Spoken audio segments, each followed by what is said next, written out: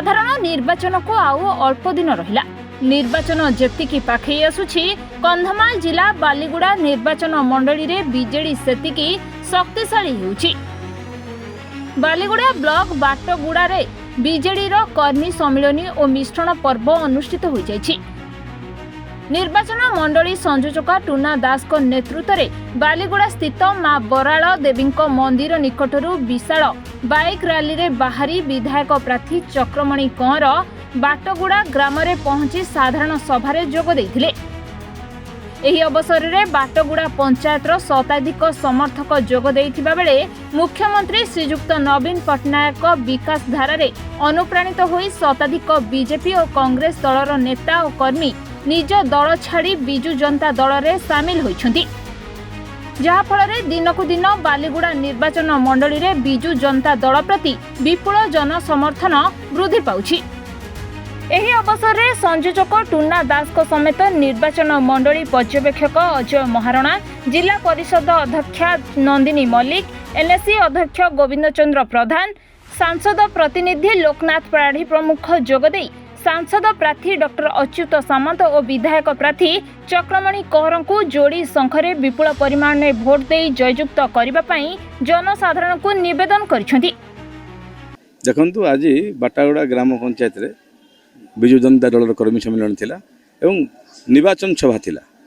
ए निर्वाचन सभा रे आपण मान देखुथिबे बाटागुड़ा ग्राम पंचायत रो जनसाधारण माँ बापा एटे युवक गुरुजन मंडली समस्तंकर आज जो जनसमावेश थिला। ये जनसमावेश आपण मान देखि पारुथिबे जे माननीय मुख्यमंत्री श्रीयुक्त नवीन पट्टनायक को भल पाइबा तांकर गोटे ही निष्पत्ति जे माननीय मुख्यमंत्री को षष्ठ थर पई करिवु, चक्रमणि कंवर को संकोचन रे भोट दे 30,000 अधिक भोट जितेबु, डॉक्टर अच्युत सामंत भली जने सांसद पाइछु जे कि कंधमाल विकास पुरुष तांकु को आमे 30,000 ऊर्ध्व भोट दे ये आम जितेबू पार्लियामेंट को छाड़ू। गोटे ही निष्पत्ति थिला जे आम गाँव में रास्ता होती, आम गाँव में पीवा पानी होती, आम गाँव में टावर होती, आम गाँव में मंदिर होती, आम गाँव में चर्च होती, माननीय मुख्यमंत्री आ 5T ग्यारंटी ये हूँ 5T ग्यारंटी आ खास करी बीके पांडियन सार आसिला परे लोकंकर मनोबल आउरी बढ़ी सी जहाँ कही पुणी आगामी दिन में आउरी देवे से माननीय मुख्यमंत्री को षष्ठ थर पर करेंगे। जोड़ी संख्यार भोट दे मे 20 तारीख में 2024 मे 20 डबल जोड़ी संख्यार भोट दे विपुल भाव में भोट दे सांसद को एवं एमएलए प्रार्थी को बहुत भोट ये व्यवधान जितेबे। आपण मानकर आशीर्वाद रु मु गत 5 वर्ष आपण मानकर सेवा करिवार सुजोग पाइथिली। वर्तमान मान्यवर मुख्यमंत्री श्रीयुक्त नवीन पट्टनायक मो प्रति आशा प्रकट करी पुणी थरे टिकेट देइछन्ति आपण मानक सेवा करिबा पई। एणु आपण माने मते एवं सांसद प्रार्थी डॉक्टर अच्युत सामंत को जोड़ी संख्यारे विपुल परिमाण रे भोट देबाकू जनसाधारण को निवेदन करिसेंति विधायक प्रार्थी चक्रमणि कंवर।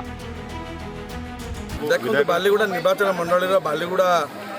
ब्लॉक बाटागुड़ा ग्राम पंचायत आज निर्वाचन सभा होता। ये निर्वाचन सभा आप देखिए बिजु जनता दल तरफ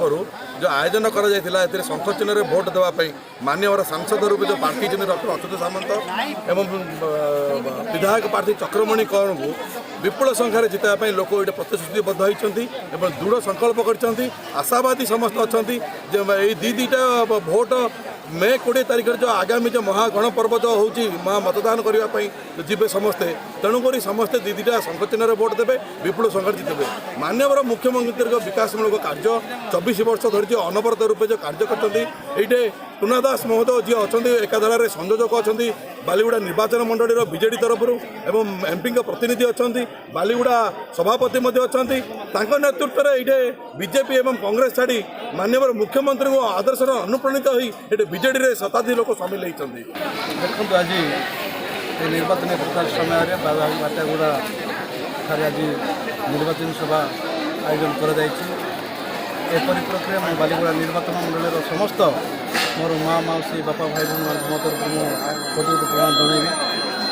आपण मैंने देखुं आज दिन को दिन जनसमर्थन मिलूँ जहाँकि ये सब माननीय मुख्यमंत्री नवीन पट्टनायक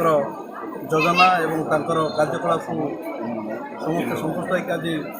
बहुमात्र जोग देते जहाँकि आज निर्वाचन सभा आप देखुले जनसमर्थन परिणत होता एवं आज शताधिक आज बहु बीजेपी और कांग्रेस सामिल होते जहाँकि बालीगुड़ा निर्वाचन मंडल ସଂଯୋଜକ ତଥା ବାଲିଗୁଡ଼ା ବ୍ଲକର ସଭାପତି କୁଣ ଦାସ ମହୋଦୟ ତାଙ୍କ ନେତୃତ୍ୱରେ ଆଜି ଆପଣ ଦେଖିଥିଲେ ଏବଂ ଆପଣଙ୍କର ପ୍ରିୟ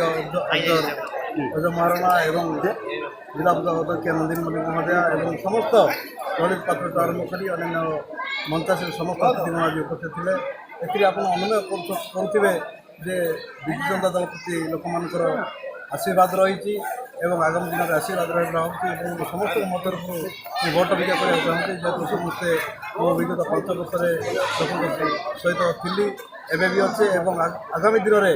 ମାନ୍ୟବର ମୁଖ୍ୟମନ୍ତ୍ରୀଙ୍କର ହାତ କାମ କରିବାକୁ ହେଲେ ମୁଁ 2 ଖଣ୍ଡ ଯୋଡ଼ି ସଂଖ୍ୟାରେ ମାନ୍ୟବର ସାଂସଦ ପାଇଁ ଏବଂ ମୋ ପାଇଁ 2 ଖଣ୍ଡ 2ଟି ଭୋଟ ଦେଇ ଆମକୁ ବହୁ ସଂଖ୍ୟାରେ ଜିତିବା ପାଇଁ ମୁଁ ମୋ ତରଫରୁ ମୋର ମା ମାଉସୀ ଲୋକମାନଙ୍କୁ ମୋ ତରଫରୁ ଅନୁରୋଧ କରୁଛି। ନମସ୍କାର। ବାଲିଗୁଡାରୁ ବନବାସୀ ପ୍ରଧାନଙ୍କ ରିପୋର୍ଟ ରିପୋର୍ଟର୍ସ ଟୁଡେ।